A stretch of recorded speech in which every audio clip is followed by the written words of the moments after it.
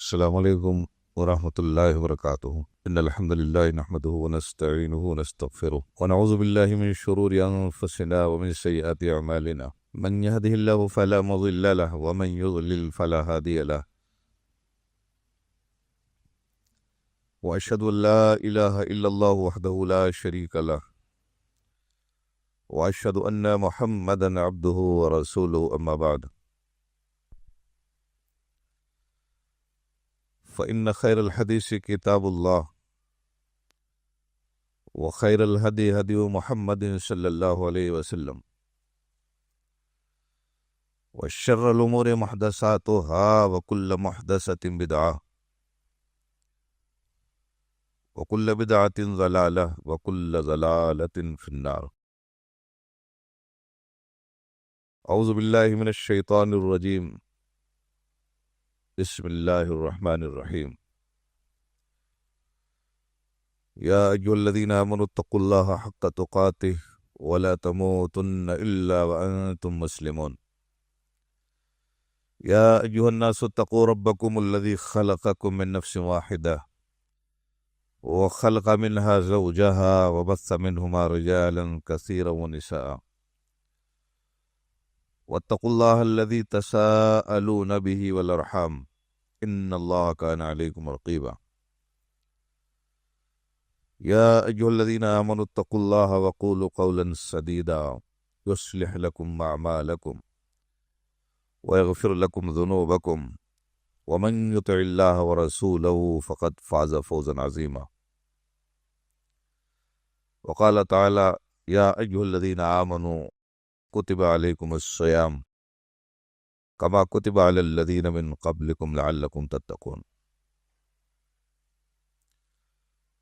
زندگی دی ہے تو جینے کا ہنر بھی دینا، زندگی دی ہے تو جینے کا ہنر بھی دینا، پاؤں بخشے ہیں تو توفیق سفر بھی دینا. گفتگو تو نے سکھائی ہے کہ میں گونگا تھا، اب میں بولوں گا تو باتوں میں اثر بھی دینا. میرے بکھرے ہوئے خوابوں کو ترازو کر دے، میرے مولا میرے جذبات پہ قابو کر دے. میں سمندر بھی کسی غیر کے ہاتھوں سے نہ لوں، ایک قطرہ بھی سمندر ہے اگر تو کر دے. معزز علماء کرام، نوجوانان اسلام، بزرگوں، دوستوں اور بھائیوں، اس تاریخی شہر اورنگ آباد میں آج پہلی بار حاضری کا شرف ہوا. اللہ تبارک تعالیٰ سے دعا ہے اللہ تبارک تعالیٰ ہمارے آنے کو اور جو کچھ بھی دینی گفتگو ہو ان تمام چیزوں کو قبول فرمائے. موضوع ہے میرا مقصد رمضان،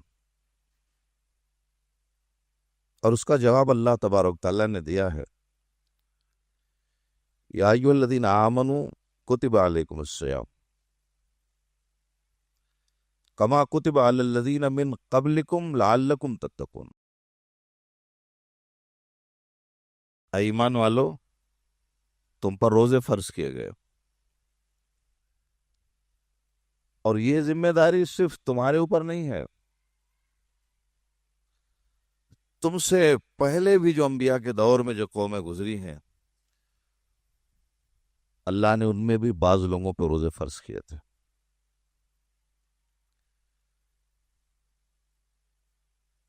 تاکہ تم متقی بن جاؤ.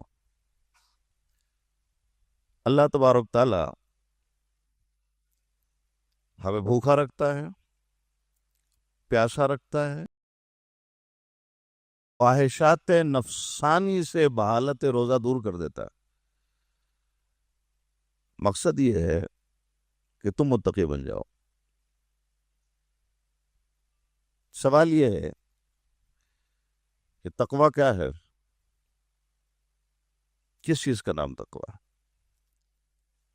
تو بہت سے لوگوں نے اپنے اپنے حساب سے لفظ تقوی کی تشریح کی ہے، اور اگر ان تمام چیزوں کو جوڑ کر دیکھیں گے تو مختصر طور پہ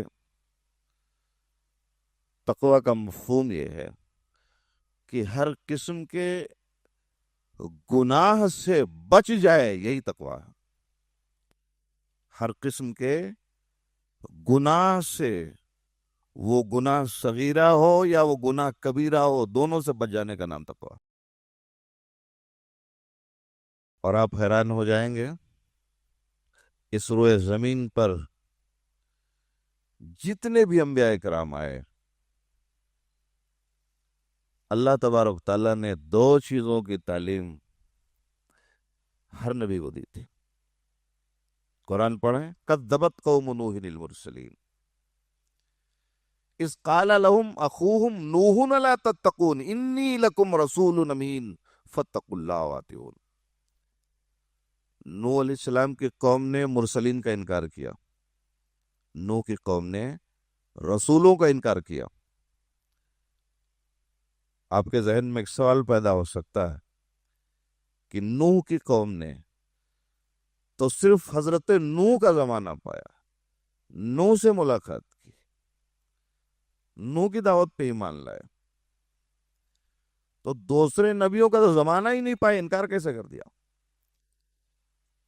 تو جواب اس کا یہ ہے کہ ایک نبی کی تکذیب تمام نبیوں کی تکذیب ہے، ایک رسول کا انکار تمام رسولوں کا انکار ہے۔ تو گویا جس نے حضرت نوح کا انکار کیا اس نے حضرت موسیٰ کا انکار کیا، جس نے موسیٰ کا انکار کیا اس نے حضرت عیسیٰ کا انکار کیا، جس نے حضرت عیسیٰ کا انکار کیا اس نے جناب محمد رسول اللہ صلی اللہ علیہ وسلم کے رسالت کا انکار کیا۔ اسی لیے اللہ نے یہاں پر مرسلین کا لفظ استعمال کیا، اور اس کے آگے لے جائیں، کذبت قوم لوط المرسلین اذ قال لهم اخوهم لوط لا تتقون انی لکم رسول امین فاتقوا اللہ واطیعون۔ اب دیکھیے تقوی کیا ہے، یہاں بھی پیغمبر بھیجے گئے، حضرت لوط علیہ السلام، تو انہوں نے قوم سے کیا کہا؟ ہے میری قوم کے لوگوں، متقی بن جاؤ، توحید والے بن جاؤ، جب بھی سر جھکاؤ عرش والے کے سامنے جھکاؤ، اور جب تک روح زمین پہ زندہ رہو اللہ سے ڈر کے زندگی گزارو۔ یہاں بھی تقوی کی تعلیم دی گئی ہے۔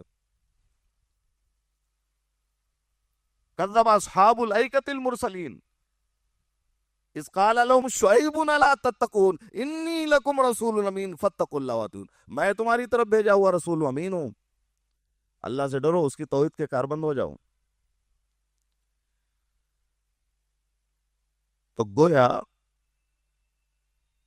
اور آخری نبی جناب محمد رسول اللہ صلی اللہ علیہ وسلم کو جب نبوت سے سرفراز کر کے اس دنیا میں بھیجا، وَلَقَدْ وَصَّيْنَا الَّذِينَ أُوتُوا الْكِتَابَ مِنْ قَبْلِكُمْ وَإِيَّاكُمْ أَنِ اتَّقُوا اللَّهَ،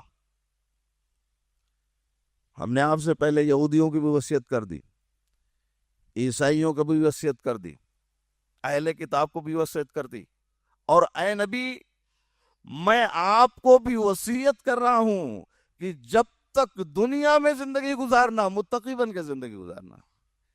یہ شخصیت تقوی کی دولت سے معمور ہو، کوئی کمی نہ رہی ہو، اللہ انہیں بھی کہہ رہا ہے کہ تم بھی متقی بن کے زندگی گزارنا۔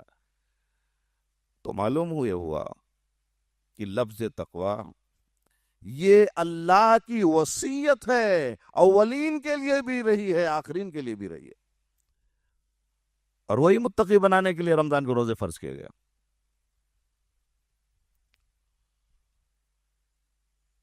اس کی تھوڑی سی تشریح میں اور کر دیتا ہوں۔ حضرت عمر رضی اللہ تعالیٰ عنہ اور حضرت ابی بن کعب، ابی بن کعب تعلیم یافتہ تھے اور قرآن مجید کے بڑے اچھے ماہر تھے۔ ایک مرتبہ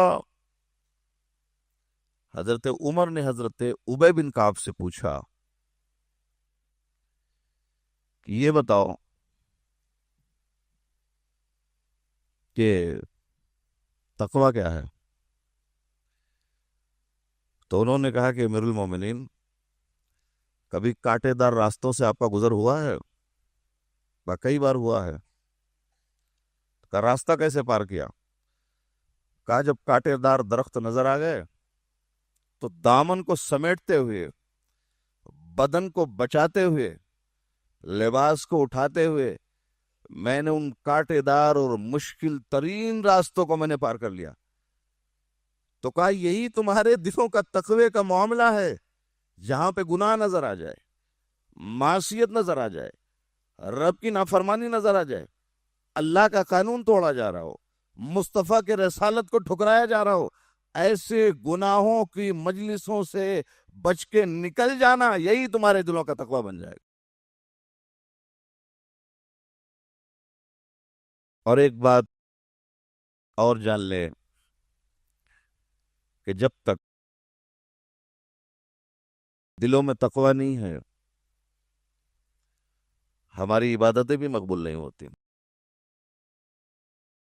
اور یاد کیجئے حضرت آدم علیہ السلام کے 2 صاحبزادوں کا معاملہ، وَاتْلُ عَلَيْهِمْ نَبَأَ ابْنَيْ آدَمَ بِالْحَقِّ إِذْ قَرَّبَا قُرْبَانًا فَتُقُبِّلَ مِنْ أَحَدِهِمَا وَلَمْ يُتَقَبَّلْ مِنَ الْآخَرِ قَالَ لَأَقْتُلَنَّكَ قَالَ إِنَّمَا يَتَقَبَّلُ اللَّهُ مِنَ الْمُتَّقِينَ۔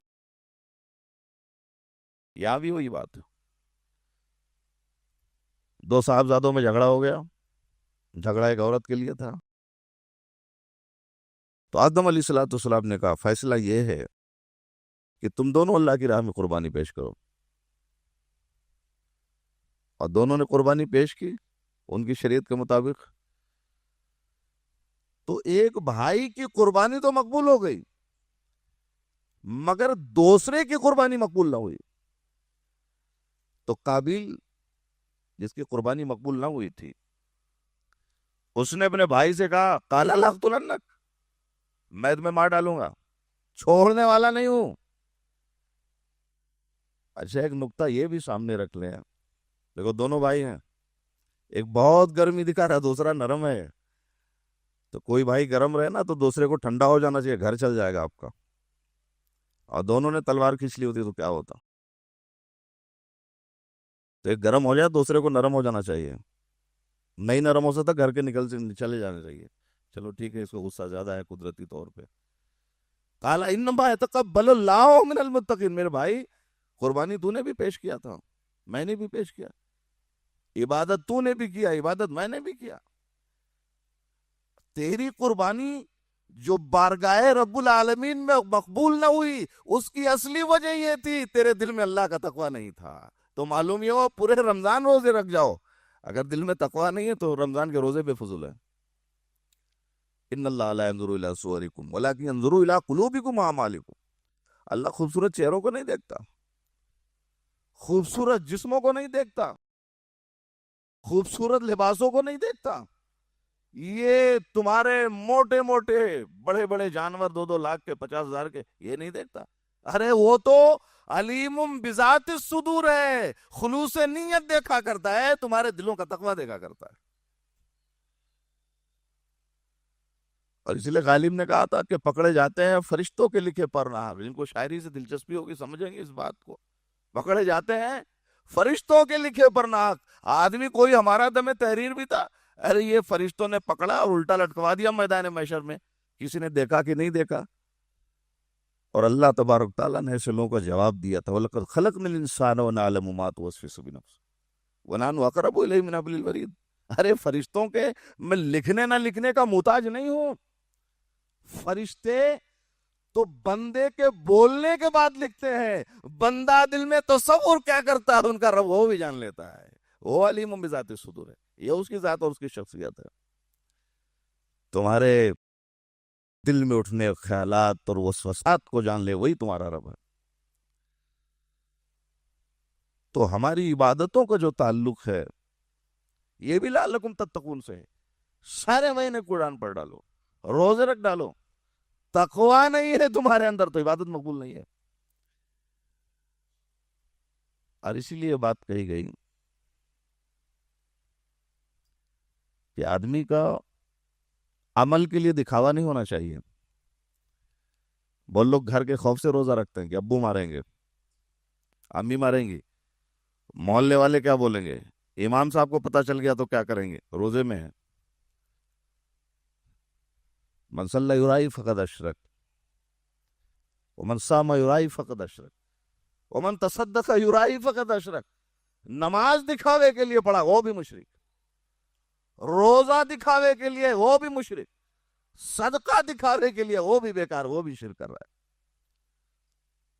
اس نے بھی ریا کیا۔ تو ریا کی کوئی عبادت مقبول نہیں ہوتی۔ اس لیے امام بخاری رحمۃ اللہ علیہ نے سب سے پہلا باب بانا انما الاعمال بالنیات۔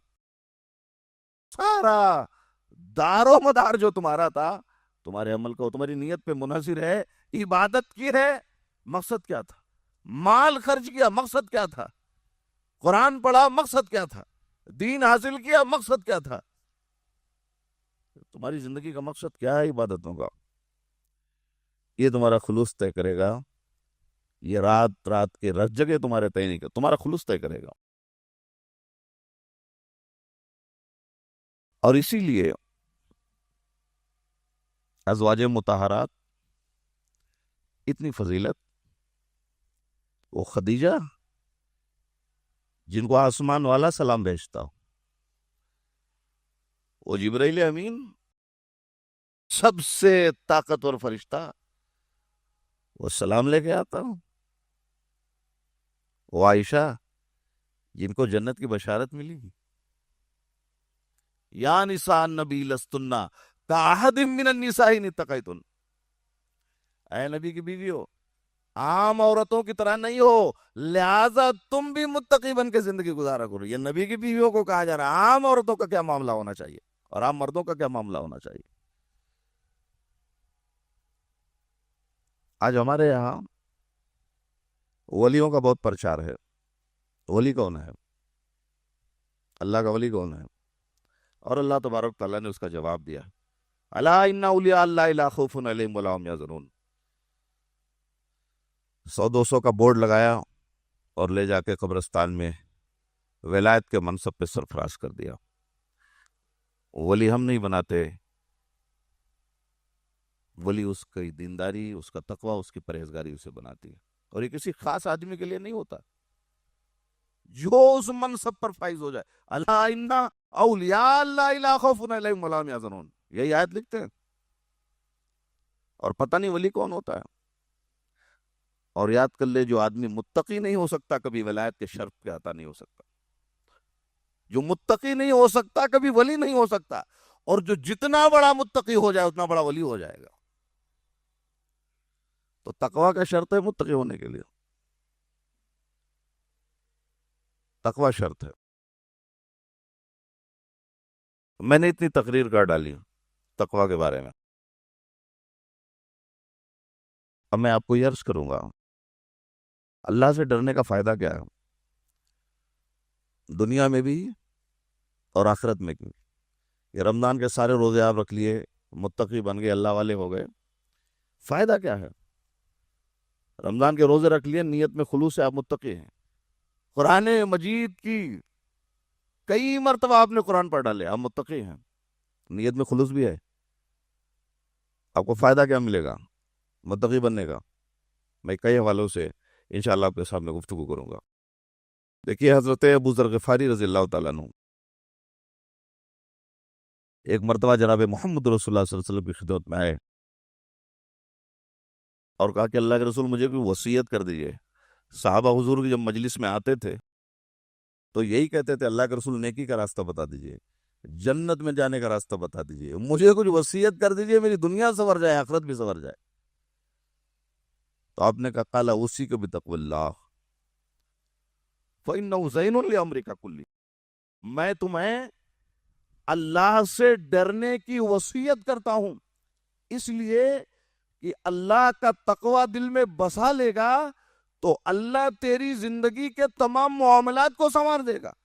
تقوی زندگی میں آ جائے، سماجی زندگی سنور جائے، تقوی زندگی میں آ جائے، سیاسی زندگی سنور جائے، تقوی زندگی میں آ جائے، خاندانی زندگی سنور جائے، تقوی زندگی میں آ جائے، معاشرتی زندگی سنور جائے، تقوی زندگی میں آ جائے، ازدواجی زندگی سنور جائے۔ جب دونوں کے دل میں تقوی ہوگا، خوف ہوگا، میاں بیوی کی زندگی امن سے بھی ہوگی، سکون سے بھی ہوگی۔ تقویٰ ہوگا کاروبار حلال طریقے سے ہوگا، تقویٰ ہوگا جھوٹ نہیں بولے گا، تقویٰ ہوگا سود خوری نہیں کرے گا۔ یہ اگر دولت مل جائے، بلکہ میں یوں کہہ سکتا ہوں ہمارے ملک بھارت میں اگر تقویٰ آ جائے تو بھارت کی تقدیر بھی بدل جائے گی، بھارت کی تصویر بھی بدل جائے گی۔ آج ہر طرف چوری ہے، رشوت ہے، چلتے ہوئے راستے ہتیائیں ہو رہی ہیں، جس کا لینا کبھی نہ دینا کیا پھر جگ میں آنا ہے، یہ نظریہ بن چکا۔ یہ اس لیے ہے کہ رب کی دھرتی پہ بسنے والے بندوں نے اپنے رب سے ڈرنا چھوڑ دیا ہے۔ یہ تقویٰ کا فقدان ہے، سارے گناہ کے راستے نکل رہے ہیں۔ اور کوئی فائدہ اللہ سے ڈرنے کا؟ حضرت معاذ بن جبل مشہور صحابی رسول ہیں، یمن کا گورنر بنا کر جناب محمد رسول اللہ صلی اللہ علیہ وسلم نے انہیں رخصت کیا تھا۔ اسلامی حکومتوں کا قیام، جگہ جگہ دور دراز صحابہ کرام کی جد و جہد اور اسلام کا بڑھتا ہوا دائرہ کار، ان کو گورنر بنا کر بھیجا اور کہا کہ معاذ متقی بننے کا فائدہ ہے، معاذ تم جا رہے ہو لیکن ہو سکتا ہے جب اگلے سال تم پلٹ کر آؤ تو میری تم سے ملاقات نہ ہو سکے۔ اور معاذ بن جبل اتنا روئے نبی کی جدائی کے تصور سے، صحابہ اتنی محبت کرتے تھے کہ حضور پاک علیہ الصلوۃ والسلام اگر وضو کر لیں تو صحابہ وضو کے قطرے کو زمین پہ گرنے نہیں دیتے، اپنے ہاتھوں میں لے کے بدن پہ مل لیا کرتے۔ یہ ان کی عقیدت اور احترام کا عالم تھا۔ نبی آپ سے ملاقات نہ ہوگی تو اتنا روئے، ان کے کرتے بھیگ گئے۔ تو اس موقع پہ کہا تھا یا معاذ ان اول الناس بالمتقون من کان وحیث کان۔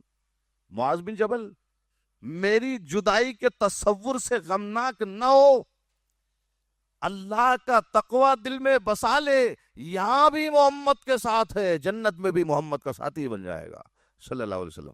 تو معلوم یہ ہوا متقی بن جاؤ گے، اللہ والے ہو جاؤ گے، مقصد رمضان کو سمجھ لو گے۔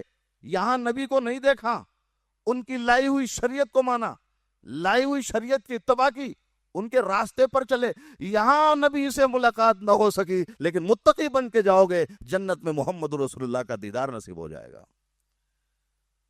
تو بحیثیت امت یہ فائدہ ملنا چاہیے۔ تو متقی بن کے جاؤ، اس کا فائدہ آخر میں یہ پلے گا کہ حضور کا دیدار تمہیں نصیب ہو جائے گا۔ متقی بن کے رہو گے، تمہارے زندگی کے تمام مسائل کا حل اللہ تبارک تعالیٰ کر دے گا۔ اور کوئی فائدہ لعلکم تتقون کا؟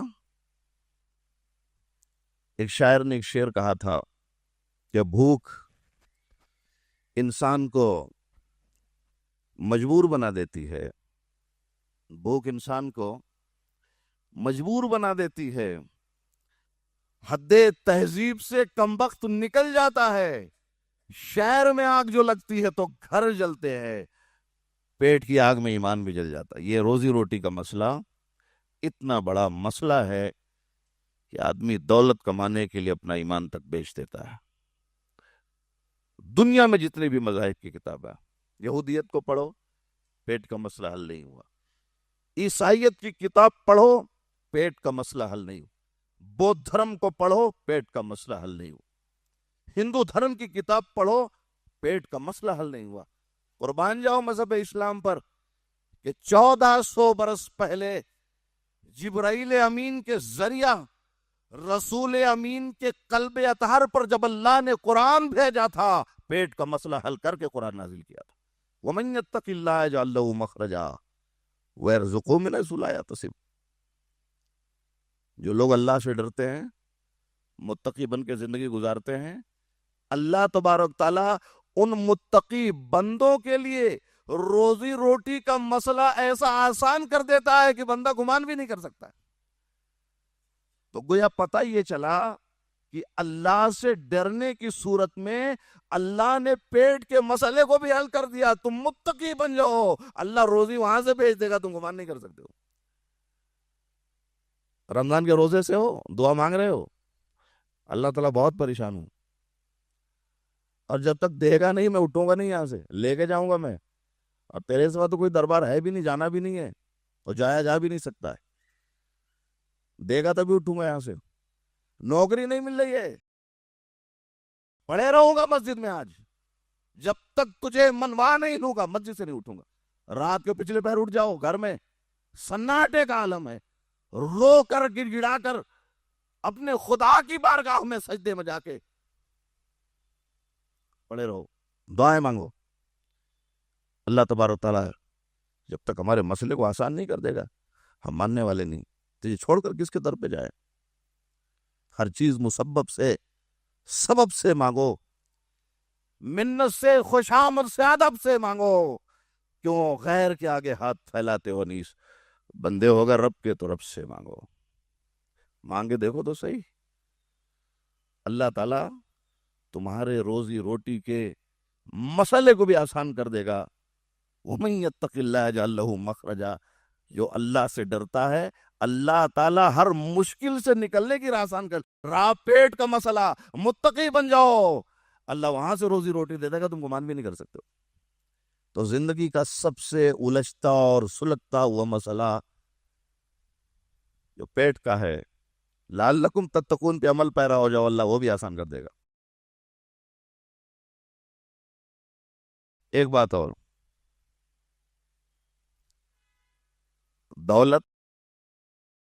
دولتوں کی حیثیت نہیں ہوتی ہے.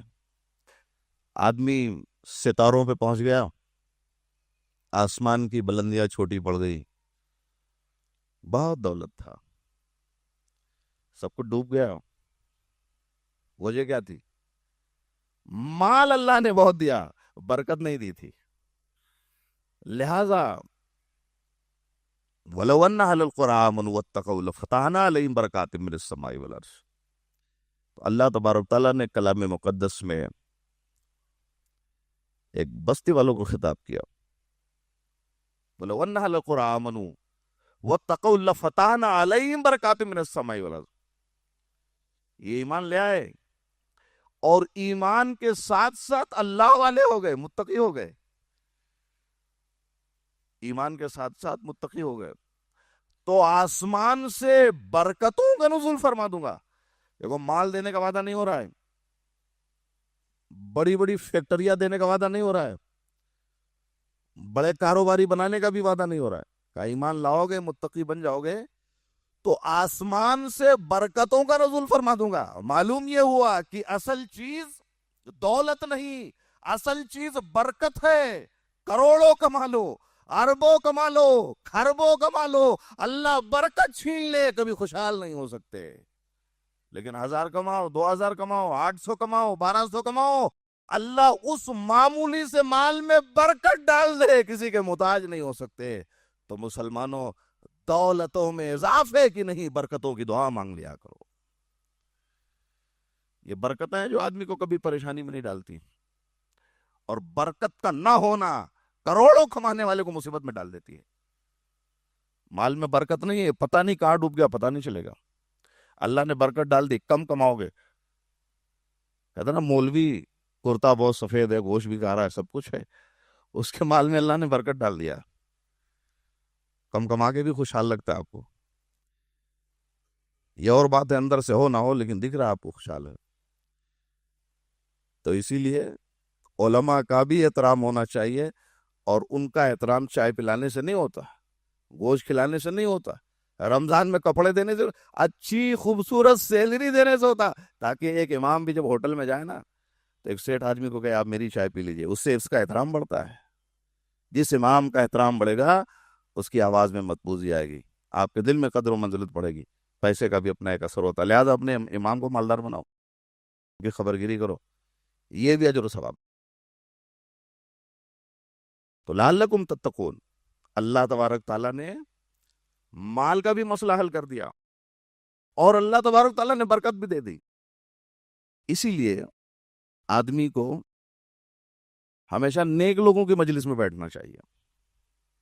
الرجل علی دین خلیلی فلینظر احدکم من یخالل. آدمی اپنے دوست کے دین پہ ہوتا ہے, اس کا طریقہ قبول کرتا ہے. لہذا دوستی کرنے سے پہلے یہ دیکھ لیا کرو کہ مسجد جاتا ہے یا میخانے میں جا رہا ہے, راستہ کدھر سے اس کا. تمہارے بچے کس کے ساتھ گھوم رہے ہیں, اچھا یا بگڑا ہوا ہے, یہ تمہیں طے کرنا ہے.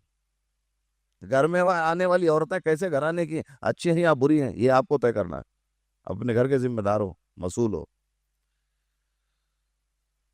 تو دوستی، شیخ سعدی رحمۃ اللہ علیہ فارسی ادب کے بہت بڑے شاعر ہیں. ایک مرتبہ غسل خانے میں گئے اور فراغت حاصل کی اور مٹی کو ہاتھ سے دھویا اور باہر نکلے تو ہاتھ سے خوشبو آ رہی تھی. تو کہا کہ شیخ سعدی آپ کے ہاتھ سے خوشبو آ رہی ہے؟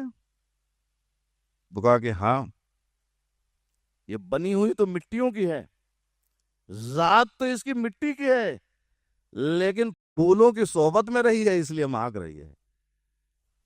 تو انسان کی صحبت یا اس کو خوشبودار بنا دیتی ہے یا اس کو بدبودار بنا دیتی ہے.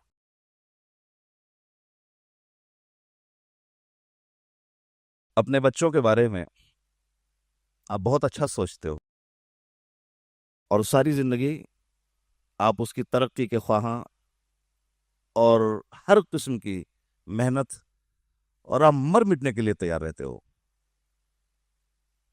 ایک نسخہ لے کے جاؤ یہاں سے اور وہ نسخہ آپ کو صلاح پارے سے میں آپ کو دے رہا ہوں. دیکھیے، حضرت موسیٰ اور خضر کا جب ساتھ ہوا تھا اور صلاح پارے میں پوری تفصیل موجود ہے ابتدا میں، تو موسیٰ علیہ السلام نے ایک دیوار تھی جو گرنے کے قریب تھی، خضر نے دیوار کو سیدھی کی. موسیٰ نے اعتراض کیا، کہا خضر آپ نے دیوار سیدھی کر دی اور یہ گاؤں والے اتنے بدماش ہیں، میں کھانا تک نہیں پوچھا اور بلا اجرت لے ہوئے آپ نے دیوار سیدھی کر دی. اللہ تبارک تعالیٰ نے قرآن مجید میں اس کا نقشہ کھینچا اور آخر میں کہا وَكَانَ أَبُوهُمَا صَالِحًا. وہ دیوار جو تھی، اس دیوار کے نیچے خزانے موجود تھے، ان کا باپ مر چکا تھا. وَكَانَ أَبُوهُمَا صَالِحًا، مگر مرنے والا باپ نیک تھا.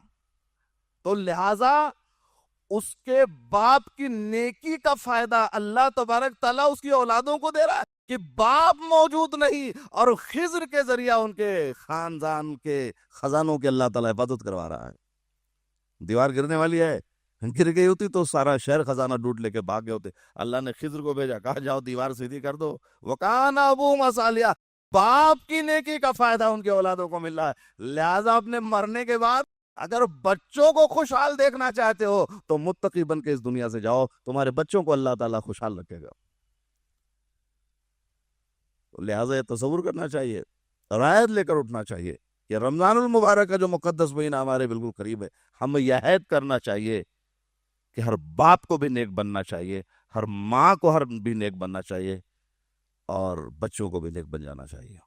وَكَانَ أَبُوهُمَا صَالِحًا، باپ کی نیکی کا فائدہ اولاد کو مل رہا ہے. بتاؤ، خزانوں کی حفاظت اللہ خضر سے کروا رہا ہے.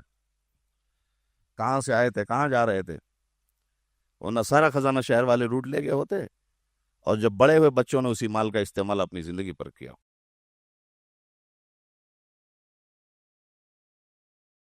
غزوہ بدر اور اس کے پس منظر میں ایک بات، آج ملک کے جو حالات ہیں اور 14 کے بعد جو ہوتے جا رہے ہیں دن بدن، اور ہر آنے والا دن کلمہ پڑھنے والوں کے لیے ایک مشکل کی گھڑی لا رہا ہے. مکی زندگی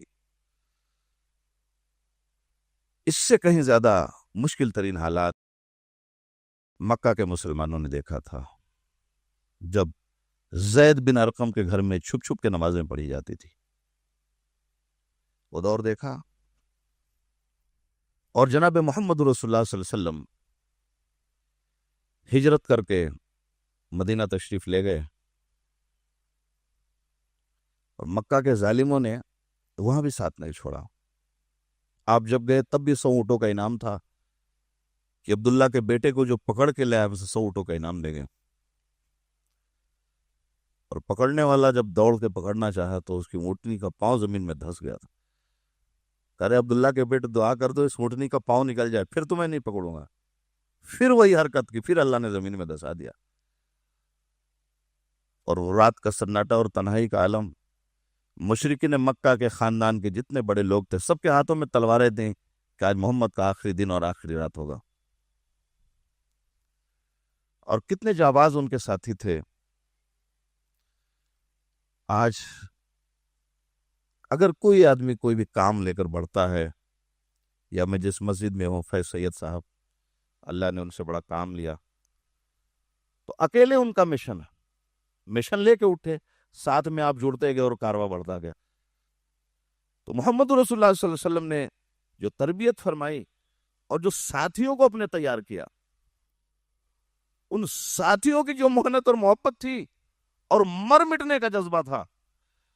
بتاؤ، دشمن چاروں طرف کھڑے ہیں، کہا علی آج کی رات تمہیں میرے بستر پہ سونا ہے. علی نے انجام نہیں دیکھا، تلواروں کے سائے میں محمد کے بستر پہ سو گئے. یہ ان کے ایمان کا نتیجہ تھا. کہا علی دشمنوں کی تلواریں محمد کے گھر کے چاروں طرف گھوم رہی ہیں. علی میں ہجرت کر کے مدینے جا رہا ہوں، میرے بستر پہ آج تمہیں سونا. اف تک نہیں کہا تھا. جانتے ہو کہ آج جان جائے گی. جان دینے کے لیے حضرت علی بستر پہ سو گئے. ابو بکر کھڑے ہو جاؤ، تمہیں میرے ساتھ ہجرت کر کے مدینے چلنا ہے. گھر والوں کو بتایا تھا نہیں، صدیق انہی قدموں پہ ساتھ مدینے چل دیے. یہ ان کا ایمان تھا. اسلام ایسے نہیں پھیلا. ان کے ساتھیوں کی محبت تھی، جذبہ تھا. مدینہ چلے گئے. مکہ کے ظالموں نے وہاں بھی ساتھ نہیں چھوڑا. تکلیفیں دینے کے لیے ہر قسم کا حربہ استعمال کیا. اور نبی علیہ الصلوۃ والسلام نے ایک دن صحابہ کرام کو بلایا اور کہا کہ ساتھیو، وہ اسلام کی سب سے عظیم جنگ تھی، غزوہ بدر جس کا نام ہے، بدر کے میدان میں منعقد ہوئی تھی. کہا ساتھیو، میں تنگ ہو چکا ہوں اور یہ ہمیں کمزور سمجھتے ہیں. میں ان مشرکین مکہ سے تمہیں لے کر اللہ کی راہ میں جنگ کرنا چاہتا ہوں، کیا تم تیار ہو؟ صحابی اور رسول اٹھ کر کھڑے ہوئے. اللہ کے رسول، آپ کا حکم ہو، سمندر میں چھلانگ لگا دو، لگا دیں گے. یہ نہیں پوچھے کہ حکم کیوں دیا تھا. آپ کہہ دو سمندر کے سینے کو چیر دو، چیر دیں گے. یہ نہیں پوچھے جائیں گے آدیش کیوں دیا تھا. محمد رسول اللہ صلی اللہ علیہ وسلم کا چہرہ کھل اٹھا. فرمایا ساتھیو یاد کر لو، پھر دشمن اپنی طاقت و قوت پہ بھروسہ کر کے آیا ہے، محمد خدا کی ذات پہ بھروسہ کر کے آیا. کافر ہے تو، اقبال نے اس لیے کہا تھا، کافر ہے تو شمشیر پہ کرتا ہے بھروسہ، مومن ہے تو بے تیغ لڑتا ہے. بھائی کافر تلواروں کے سائے میں جاتا ہے، مصطفیٰ کا شہدائی جاتا ہے، اپنے ایمان کی بدولت جاتا ہے، اللہ کی رحمت کی بدولت جاتا ہے. اور وہ واقعہ بھی آیا، کم و بیش 313 یا جو بھی تعداد رہی ہو. آمنہ کے لال نے انہیں لیا. وہ ہجرتوں کے ستائے ہوئے لوگ تھے، غم کھائے ہوئے لوگ تھے، بھوکے لوگ تھے، کھجوریں چبا کے مکہ سے مدینہ بھاگے ہوئے لوگ تھے، جن کے پاس رہنے کے لیے گھر نہیں ہے، وطن نہیں ہے، پاؤں میں چپل نہیں ہے، پیٹ میں کھانا نہیں ہے، بدن پہ کپڑے نہیں ہیں. ان سے محمد رسول اللہ فرما رہے چلو تمہیں جنگ کرنی ہے. اور تیار ہو گئے. وہ کون سی جماعت تھی اور کیسی تربیت ہوئی تھی ان کی. 313 لوگ کھڑے ہو گئے. کہ اللہ کے رسول جنگ کے لیے چلنا ہے، چلو تیار ہیں. غزوہ بدر میں لے کر پہنچ گئے اور اپنے ساتھیوں کو سلا دیا. کہا ساتھیوں سو جاؤ، صبح کا اجالا ہوگا، تمہیں تلواروں کے دن میں پورا دن گزارنا ہے. ساتھیوں سو جاؤ. سارے ساتھیوں کو سلا دیا اور آمنہ کا لال ریتیلی زمین میں سر سجدے میں رکھ کے پڑا رہا. عرش والے، یہ مختصر سی جماعت تھی، یہ 13 سالوں کی میری کل پوجی ہے، جنہیں مکہ سے بچا بچا کے میں مدینہ لایا ہوں. عرش والے، اگر یہ آج مار دیے گئے، قیامت تک تیری عزت کی قسم تیرا نام لینے والا کوئی نہیں بچے گا. یہ مٹھی بھر جماعت تھی جنہیں میں مکہ سے بھگا کے مدینہ لایا ہوں، ایمان بچا کے لایا ہوں، جان بچا کے لایا ہوں. آج غزوہ بدر میں لا کے کھڑا کر دیا تیری بارگاہ میں. یہ طاقتور لوگ ہیں، ان کے ہاتھ میں تلواریں ہیں، اسلحے ہیں، بھالے ہیں، جنگی آلات و ضرب ہیں، ہمارے پاس کچھ نہیں ہے تو تیری رحمت ہے، اور ہمارے پاس کچھ نہیں ہے۔ اذ تقول للمؤمنین لن یکفیکم ان یمدکم ربکم بثلاثۃ آلاف من الملائکۃ منزلین بلا ان تصبروا وتتقوا ویاتکم من فورہم ھذا یمددکم ربکم بخمسۃ آلاف من الملائکۃ مصوبین۔ اور قرآن نے نقشہ کھینچا کہ مصطفیٰ علیہ الصلوۃ والسلام سجدے میں پڑے کہہ رہے عرش والے یہ 1000 کی طاقت ہے، یہ بڑے بڑے اسلحے لے کر آئے، ان نادانوں سے میں کہا لڑنے کے لیے تیار ہو جاؤ، انہوں نے انجام نہیں دیکھا، تیری بارگاہ میں لڑنے کے لیے آئے ہیں، تیری عزت کے لیے، عرش والے حفاظت کر لینا۔ اور اللہ سے کہہ رہے تھے کہ اتنی بڑی طاقت ہے، 3000 فرشتوں کو بھیج دیتا تو ہمارا کام بن جاتا۔ 3000 فرشتے آسمان سے مانگے جا رہے، ہم بھی مانگتے ہیں نا، دل کی تمنا ہوتی ہے، ہم ستائے گئے ہیں، ظلم ہوا ہے، تکلیفیں ہیں، اللہ آسمان سے فرشتوں کو مٹا کے ان کو نیست و نابود کیوں نہیں کر دیتا؟ اس دور میں فرشتے آئے تھے، فرشتے آج کیوں نہیں آتے؟ جبریل آئے تھے، آج کیوں نہیں آتے؟ اللہ نے مدد کی، آج کیوں نہیں ہو رہی ہے؟ تو فرشتے مانگے جا رہے مدد کے لیے، اور جواب آ رہا ہے بلا ان تصبروا۔ وہی پھر رمضان کی بات آ گئی، مدد کیسے آئے گی تمہاری؟ بلا ان تصبروا وتتقوا ویاتوکم من فورہم ھذا یمددکم ربکم بخمسۃ آلاف من الملائکۃ مصوبین۔ تم صبر کرو، متقی بن جاؤ، اللہ والے ہو جاؤ، پرہیزگار بن جاؤ، 3000 فرشتے کیا، ضرورت پڑے گی تو 5000 فرشتوں کا لشکر میں آسمان سے زمین پہ اتار دوں گا۔ فضائے بدر پیدا کر فرشتے تیری نصرت کو، اتر سکتے گردوں سے قطار اندر قطار ابھی۔ ارے غزوہ بدر جیسے مسلمانوں کا ایمان تو جاگزی کر لو، جبریل کل بھی مدد کو آئے تھے، جبریل آج بھی مدد کو آئیں گے۔ جو اللہ کل زندہ تھا وہ آج بھی زندہ ہے، جس عرش والے نے کل تمہاری مدد کی تھی وہ آج بھی تمہاری مدد فرمائے۔ اور اللہ تبارک تعالیٰ نے فرشتوں سے کہا کہ فرشتوں، نبی کو دیکھا سجدے کی حالت میں، آنکھ میں آنسو ہیں، مدد مانگ رہے ہیں، کمزوروں کے مسلمانوں کی جماعت۔ فرمایا فرشتوں، میں نے تمہیں اس لیے تو نہ بنایا کہ تمہیں جنگ کے میدانوں میں بھیجا کروں، لیکن آج میرے مصطفیٰ کے ساتھی بے سر و سامان آئے ہیں، جبریل دیکھتے کیا ہو، تلواریں نکالو، 5000 فرشتوں کو لے کر غزوہ بدر میں کود جاؤ۔ اور وہ فرشتے آئے تھے مدد کے لیے۔